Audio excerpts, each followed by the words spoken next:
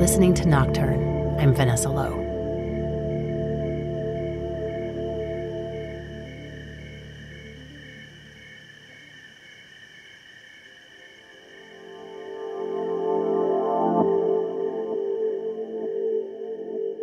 Light has different colors. It can either be really cool, so 5000 K light is really cool, or it can be really warm, like 2700, and now the industry is going down to 2200 K.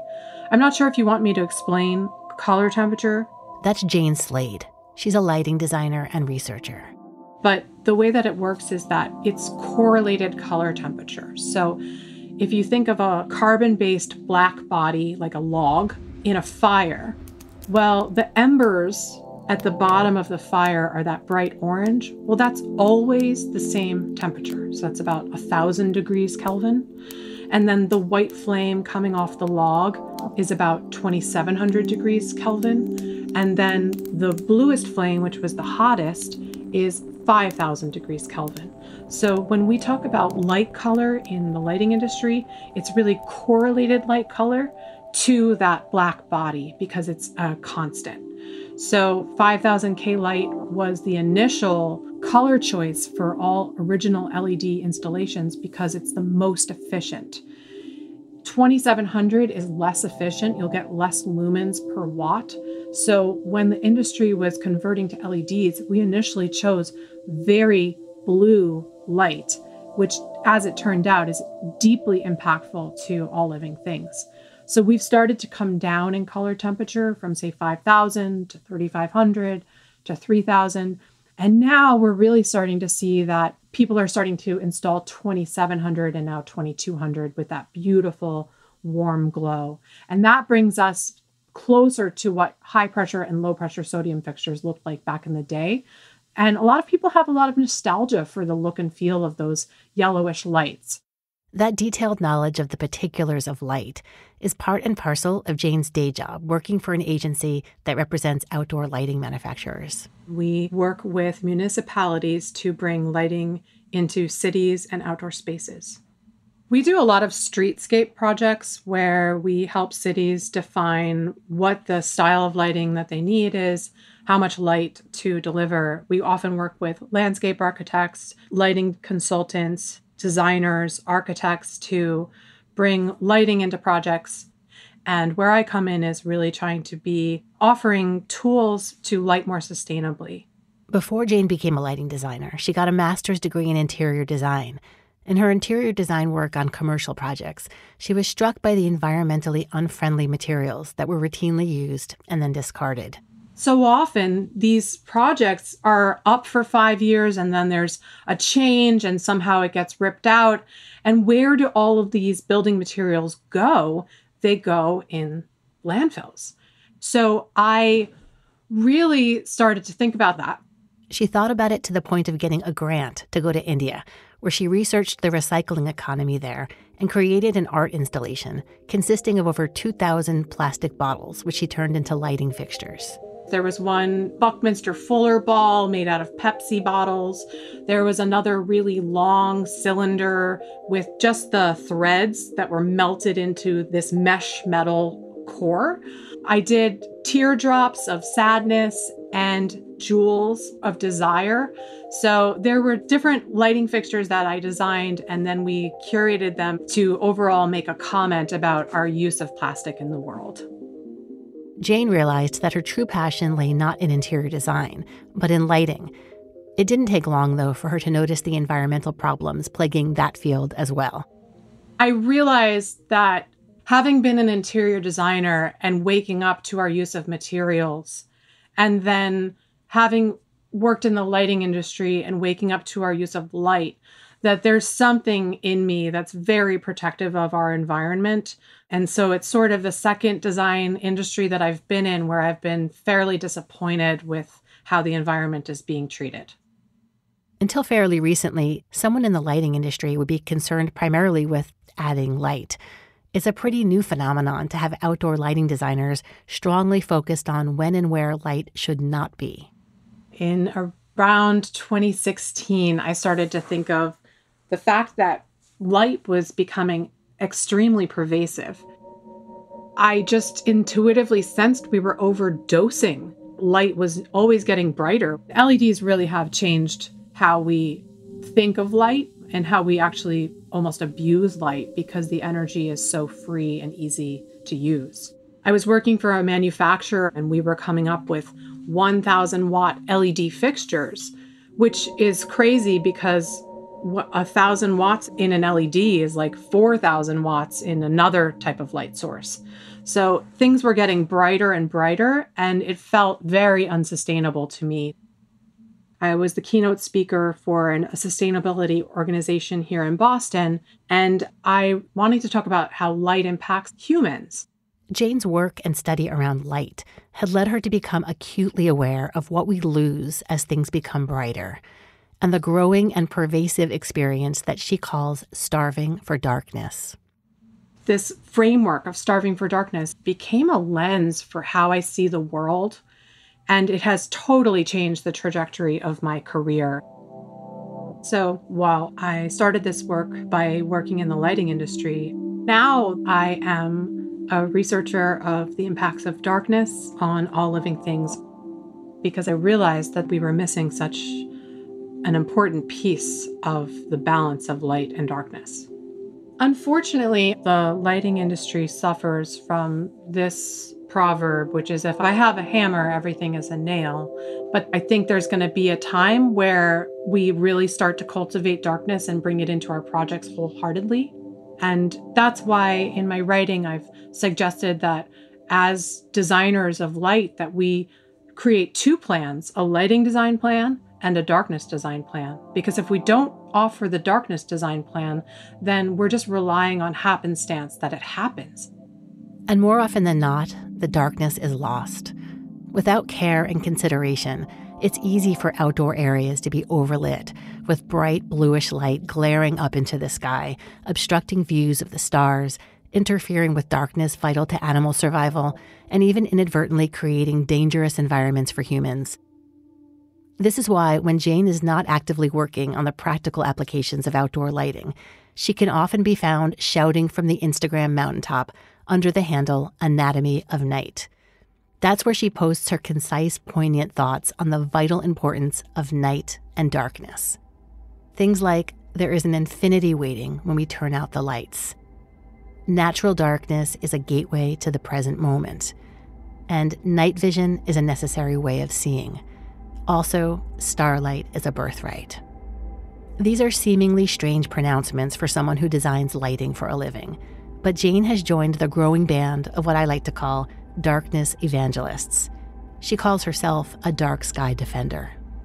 Being a dark sky defender means that I am continually trying to think of ways to bring back darkness to all living things and to find a way to create a beautiful balance where we actually revere this time on the planet. The planet shares night and day. They are integral parts of the planetary experience. And I really want to show people that it can be beautiful, that it can create beautiful moments and experiences, and that it's also very needed for our health and well-being. I don't think that I've invented darkness. I think that I am a conduit to help bring back darkness, because darkness is an age-old medicine that humans have been experiencing for our entire time on this planet, all living things. And so for me, being a dark sky defender is doing the meditation and the writing and the work to try and remember what it is that we're all missing, so that I can remind my fellow living things of how to experience night. When Jane thinks about integrating darkness and light in design, she takes inspiration from nature. I love the lighting that happens in forests because it is an unapologetic combination of light and darkness. When you see the mix of light and darkness on a forest floor, it is constant head-turning ethereal moments. And those moments are possible because of the shade of the trees and of the landscape.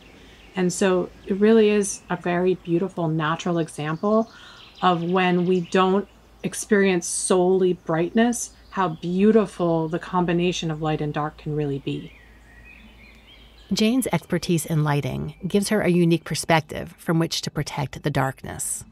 My mission with Anatomy of Night is to show not just lighting people, not just my own industry, but that for everyone, there is beauty to be gained by having dimmer and darker experiences. Her writing delves into the layers of darkness's impact. There's what darkness means to her personally. Darkness is a time when I can reconnect to myself. It is an offering from the natural world that allows me to say it's okay to now focus in on myself and what my wants, needs, and wishes are. Then there's what darkness represents for humans in general. Darkness offers humans a moment for rest and recovery. And it's funny for me because I think that no one would turn down time for rest and recovery if we called it that. But we are so light addicted that it feels like we're being deprived. But I think we've forgotten what we're missing. So darkness is really an opportunity to reconnect and to come to a slower, quieter feeling of perceiving the world. And then there is what a true dark night is to the non-human world. Darkness is a birthright for the natural world. And we have taken our earthly experience and changed it over the last 100 or so years in ways that we will not understand perhaps for decades of what the impacts are. But darkness is absolutely vital for the normal functioning of many, many species. The conversation when I came upon this work was about the human loss, the loss of the night sky for our thinking and our philosophy and our understanding of our place in this universe. But no one was really talking about the wildlife loss. And for wildlife, darkness is a point of survival. It is absolutely necessary. And really, without wildlife health, there is no human health. Past episodes of Nocturne have touched on many of the health effects of light pollution, and there are many negative effects to be sure. But it's the internal, psychological, and even spiritual effects of overlighting that Jane is drawn to explore. I realized that something much deeper was happening when we were missing the night sky. It wasn't just, stargazing with our hands on our hips and being like, wow, that's a really cool constellation. And, I wonder what it's all about. There is something much deeper that we're missing. And that's the reflection of darkness, the reflection that darkness offers us in our lives to be able to understand our lives better. It's not just a loss of stargazing. It's a loss of self-gazing. I think this is a funny analogy, but it's, in the age of the pandemic, we've all jumped online and now we do all these video calls. And I actually really miss the phone because I think that there is something much more intuitive about that connection. I think we can get lost in the visual. And so our eyes are really taking in light and information for our brains to perceive the world. And if we're constantly in brightness, if we're constantly in the on, that I am a receiver of information, then we never get to actually reflect and take information in internally. So the way that I describe this is that light draws our awareness outside of our bodies, and darkness draws our awareness within. When we experience darkness, I feel like it blurs the boundaries of self. I do think that the gaze and our focus is brought inward, but at the same time, I don't see my body, I don't see the walls, and I feel like it kind of connects me to this core place inside of me. And at the same time, we can connect to one another on a more human level. So while we've been talking here, it's getting dimmer and dimmer, and it really does change how I think and how I experience our conversation and our connection. And I honestly wish that we could be in the same dim space together, because I think there's something very bonding about that. We are always in bright spaces with people, but when the lights get dimmer, you start to connect in different ways. While Jane works to improve the institutional use of outdoor lighting to be more conducive to health and well-being, she's also discovered another way to try to affect change, and that's with language. She's actually invented a whole new word for the study of darkness. Tenebrisology is named from the Latin tenebris, which is darkness. And I wanted to formalize the study of natural darkness because I feel as if it needs its own structure and support around it so that people can know that this is worth pursuing. There's just so much to understand of what darkness actually does for our minds and bodies of all living things that I felt we really needed to start from a place of darkness and not talk about darkness as just an absence of light, because I think that doesn't do it justice. And if darkness is half of the planetary experience, but we only study from the starting place of illumination, then we'll never fully understand the value of darkness. We also have to give it the respect to start from the place of darkness. In addition to centering darkness in conversation, Jane uses language to try to rebrand it. There's an initial gut reaction that people have to darkness now as being either boring or scary. And it doesn't have to be that way. Darkness is a beautiful asset to our lives. And when I say darkness, I mean more natural darkness, where we really enjoy these moments of dimmer lights in the human experience and don't associate darkness with just being a lack of light or a lack of screens. I've never heard of anyone coming away from a fireside saying, "Oh, I'm really stressed out." I want to continue to develop language that is supportive of darkness, where it really reminds people of moments where there has been great beauty that has been experienced in darkness.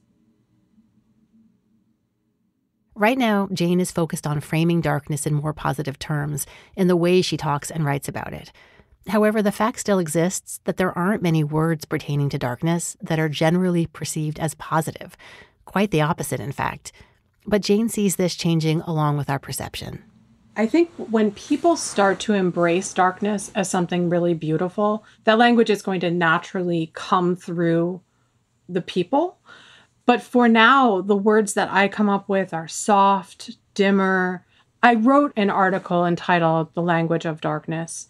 And in that, I really wanted to describe that we aren't talking about darkness in a way that is flattering. We talk about it only in ways that are very limiting. So I think that other ways of talking about it are bringing in rituals, so firesides, bringing in the idea that we could actually lower the lights and experience a different way of connecting to one another, a different way of having a conversation. So I want to embrace a new language by offering new ways of experiencing darkness, because I don't think the words alone will do it. I think it's more about inviting people into spaces that are dimmer and really showing that it isn't a loss, it's a gain in experience. Jane has used this creative thinking about language to talk in a new way about the biggest threat to darkness. I was thinking about the term light pollution, and I thought, that's a really terrible way of describing it, because when we talk about air pollution, the air is being polluted, or water pollution, the water is being polluted. But when we talk about light pollution, light is the polluting factor.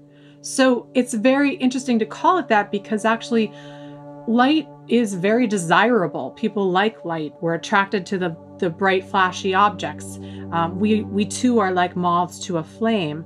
So it's not a great sell for the problem, because we're selling it with this glitzy idea. And so I recently wrote that I thought better terms for it would be night pollution, sleep pollution, ease pollution, restoration pollution, because that's really what light at night is doing, is that it's impacting how we are able to rest and recover, and how animals rest and recover, as well as how nocturnal animals live on this planet. So it's not a great way of describing it, and it also doesn't issue alarm. The problem is most people don't think of light pollution as a problem. They think of it as a nuisance, but it's actually a ghastly aspect of climate change that nobody's paying attention to. There are many ways to address what we call light pollution, involving color temperature, brightness, timing of lighting, directionality. The International Dark Sky Association has good guidelines for how to light sustainably. If we were just to implement dark sky compliant specifications, we would be in such a better position. I think people don't realize the extent that we have been tolerating this glare and obstruction of darkness. There's so much low-hanging fruit that we could reclaim. I've seen beautiful lighting design projects. One was done by a firm, Slade and Feinstein. This is a project on Cape Cod, and they actually kept these bollards really low on a wooden walkway. And there's this image of the sky up above, and then this wooden walkway. And the bollards are probably 12 inches tall. And they kept the lights really low to the ground, really low in intensity, and really warm.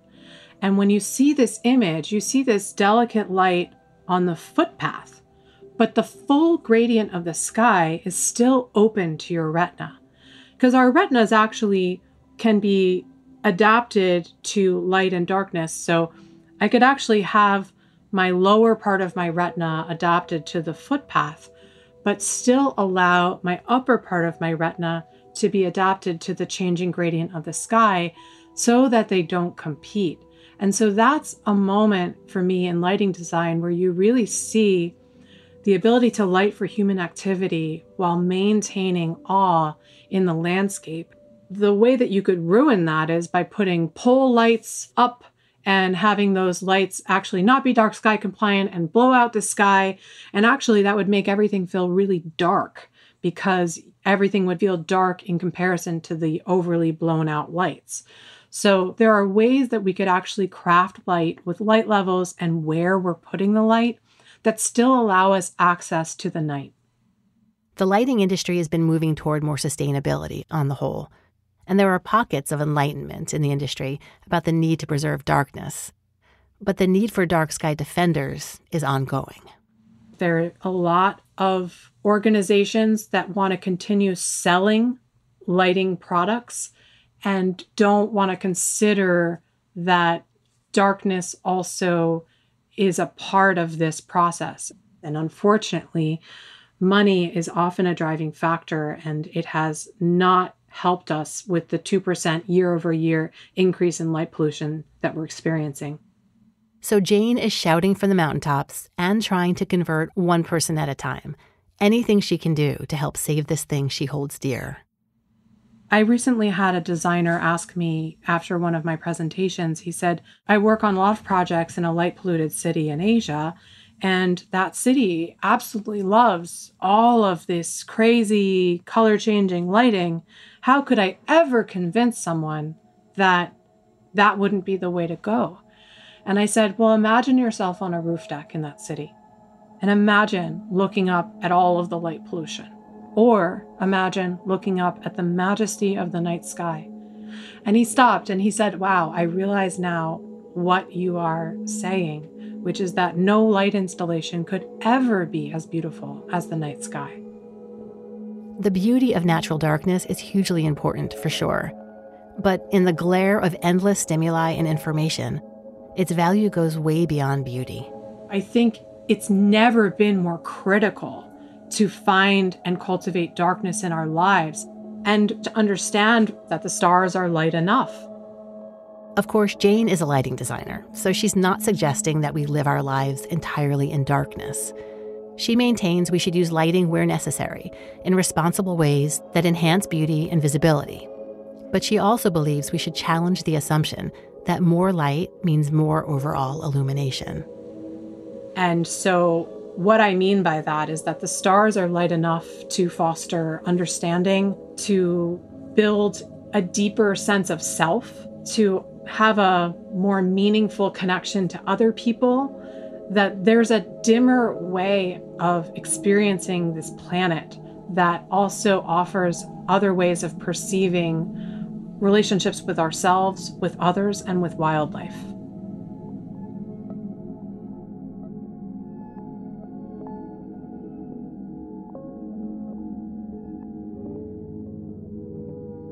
You've been listening to Nocturne. I'm Vanessa Lowe. Nocturne is produced by me and was created by myself and Kent Sparling, who also composed the theme music and all the other music in this episode. You can find Jane Slade on Instagram at Anatomy of Night, and her website is anatomyofnight.com. Thank you to everyone who supports Nocturne on Patreon and PayPal. I know that it isn't always easy, and I'm profoundly grateful for any help, large or small. You keep this show going. If you'd like to contribute, please go to nocturnepodcast.org/support. Also, please keep those emails and other messages coming. A lot of you have reached out lately, and I love hearing from you. Also, if you have a story you think would make a good episode, please let me know at vanessa@nocturnepodcast.org. Till next time, be well, and thanks for listening.